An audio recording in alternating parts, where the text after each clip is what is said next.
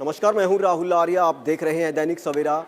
UGC bill 2026 को लेकर बड़ी अपडेट है। सुप्रीम कोर्ट ने नए नियमों पर रोक लगा दी है और इस मामले को लेकर यूजीसी को नोटिस जारी किया गया है। 19 मार्च को यूजीसी को नोटिस का जवाब देने के लिए आदेश जारी किए गए हैं। तो बड़ी अपडेट यूजीसी मामले के अंदर, जिसका विरोध देश भर में किया जा रहा था, उत्तर प्रदेश हो, बिहार हो, हरियाणा हो, महाराष्ट्र हो या फिर मध्य प्रदेश हो, तमाम देश के अंदर यूजीसी बिल 2026 को लेकर विरोध प्रदर्शन हो रहे थे। कई नेताओं के, चाहे वो भाजपा के हों या कुछ और नेता हों, बयान सामने आए हैं और इसके साथ साथ कई भाजपा के बड़े नेताओं ने ही इस्तीफे की भी पेशकश की है। कुछ अधिकारियों ने भी इस मामले को लेकर इस्तीफा दिया था। वहीं हरियाणा की बात की जाए तो हरियाणा के अंदर भारतीय जनता पार्टी के ही बड़ा चेहरा योगेश्वर दत्त ने बहुत तल्ख टिप्पणी इस मामले को लेकर की थी और इस बिल के विरोध में उन्होंने एक पोस्ट भी डाली थी, जिसमें उन्होंने स्वर्ण समाज को कसाब की संज्ञा दी थी कि क्या स्वर्ण समाज कसाब से भी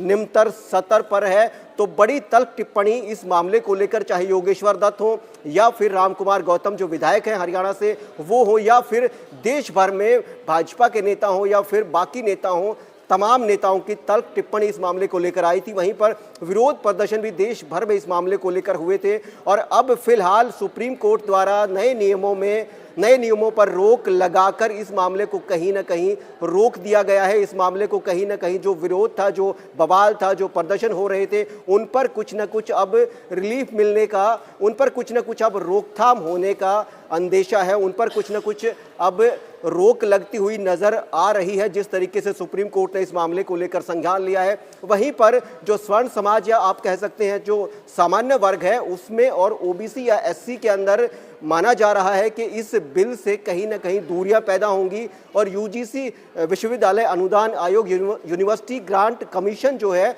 उसकी तरफ से नोटिफिकेशन जारी किया गया है, जिसके अंदर मुख्य जो बिंदु हैं उन पर विरोध किया गया सामान्य वर्ग के लोगों के द्वारा। जिसमें विवाद बना हुआ है जिन बिंदुओं पर, वो पहला बिंदु तो ये है कि अगर जो ओबीसी कैटेगरी है उसको भी एससी एसटी कैटेगरी के अंदर डाल दिया गया है, माने ओबीसी का जो बच्चा होगा या ओबीसी का जो व्यक्ति होगा वो भी एससी एसटी एक्ट दर्ज करवा सकता है सामान्य वर्ग पर। उसके साथ साथ जो अगर कोई झूठी शिकायत करता है तो उसमें सजा का प्रावधान होना चाहिए, उस बात को लेकर भी विरोध है। पहले सजा का, उसके अंदर पनिशमेंट का कुछ प्रावधान था, मगर नए नियमों में प्रावधान हटा दिया गया है। अगर किसी की शिकायत झूठी पाई जाती हो तो उसके खिलाफ कोई कार्रवाई नहीं होगी, ये प्रावधान किया गया है। इसको लेकर भी बड़ा बवाल या बड़े सवाल या बड़ा प्रदर्शन किया जा रहा था। अब इस सारे मामले पर सुप्रीम कोर्ट ने संज्ञान लेते हुए नए नियमों पर रोक लगा दी है और 19 मार्च की तारीख मुकर्रर की है। 19 मार्च को यूजीसी से जवाब मांगा गया है कि आखिर जो नए नियम हैं वो नए नियम आखिर किस मंशा के साथ या किस तरीके से उनको आपने नोटिफिकेशन जारी किया है। तो अब जवाब देना होगा यूजीसी को सुप्रीम कोर्ट के अंदर 19 मार्च को। और कहीं ना कहीं जो सामान्य वर्ग विरोध कर रहा था उसके लिए भी राहत की खबर नजर आ रही है सुप्रीम कोर्ट के अंतरिम स्टे के बाद या अंतरिम रोक आदेश के बाद। खबर में बस इतना ही। बने रहिए दैनिक सवेरा के साथ। नमस्कार।